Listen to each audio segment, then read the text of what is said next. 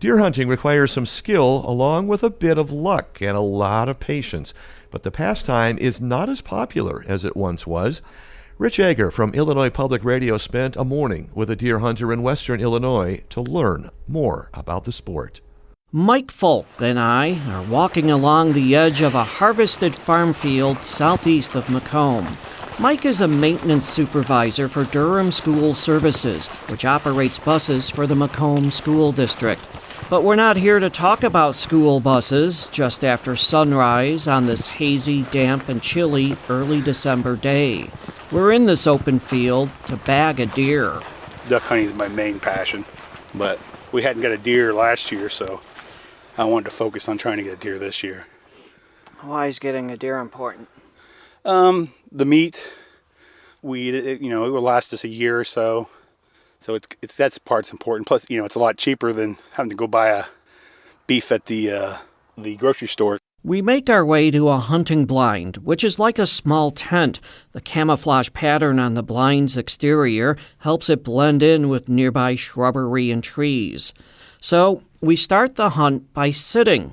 This is a game of patience. And it's a game Mike took up only about a dozen years ago. His first hunting experience came after he married Stephanie, who, full disclosure, is one of my coworkers. She's from a family of hunters, and Mike says the land we're on is owned by one of her uncles. Lucky enough, I married to a family that hunted, so I never hunted. We had firearms. We was raised with firearms, but we weren't really hunters. I was always target practicing or paper shooting. Mike has taken down around half a dozen deer here in the past. He shot his first deer in 2011, the first year he hunted. And all of a sudden, here comes this buck. He was a smaller buck, but he was my first deer, and I shot him, and he went immediately down. And I think I was so excited. That's kind of what got me hooked too. Plus, doing everything, your adrenaline's pumping. It was just super exciting. In contrast, this has been a low-key morning. We pass the time looking through the blind's windows while munching on snacks. Mike tells me about another time he was out in the blind. I actually was sitting here in the middle, and I kept hearing this noise outside the blind. And finally, here comes this chipmunk popped underneath, seen me, then ran to the other side and went back out. So, not much meat on a chipmunk, huh? No. He was having fun, though. We're set up in an area deer like to pass through, but so far we have not seen any deer, or chipmunks, or much of anything. Then, Mike spots a coyote.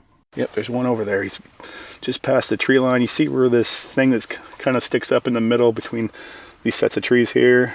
He's on the other side of it, the coyote. He's just sitting there. He's out hunting too. We're out hunting, the coyote is out hunting, but overall, deer hunting is declining in popularity in Illinois. Numbers from the 2022 season show the state had roughly 122,000 firearm deer hunters. A decade ago, that number was 163,000. Dan Stevens hopes to help reverse that trend. He's program manager for the Illinois Learn to Hunt program. It's a collaboration between the Illinois Natural History Survey and the Illinois Department of Natural Resources.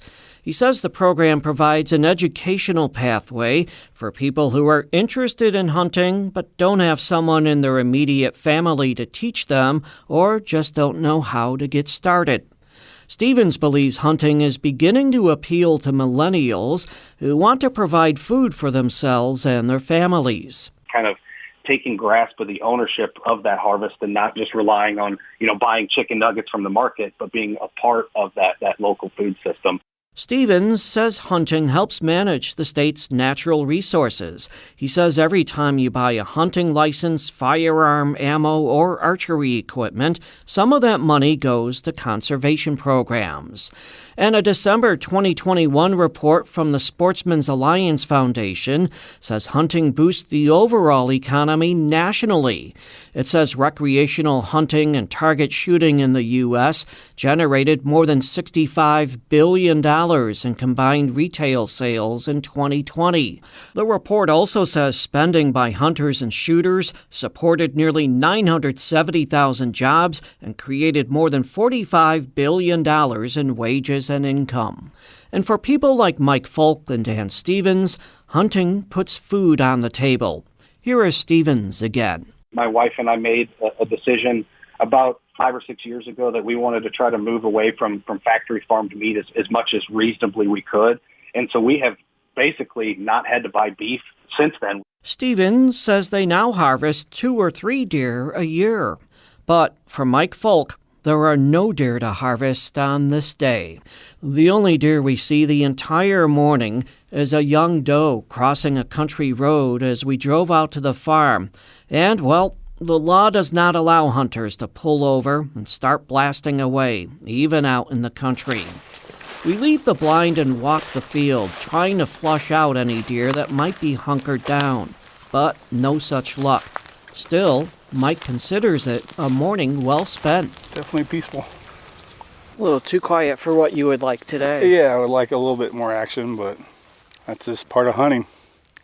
Sometimes you see them, sometimes you don't, but you got to be out there to get your chance. He says hunting is an opportunity to get away from screens and get back to the basics. I think if more people got to go out in nature, they'd have happier lives. This was the 6th time Mike headed out during the deer hunting season and the 6th time he had no luck. Yet he remains optimistic. Yeah, there's always tomorrow. And so we pack up the gear in his white 1997 Jeep and head down the gravel driveway, back onto the road and into town, back into the world of screens and stores, and away from the time he enjoys out in nature, waiting for that next chance to put food on his family's table. Rich Egger reporting.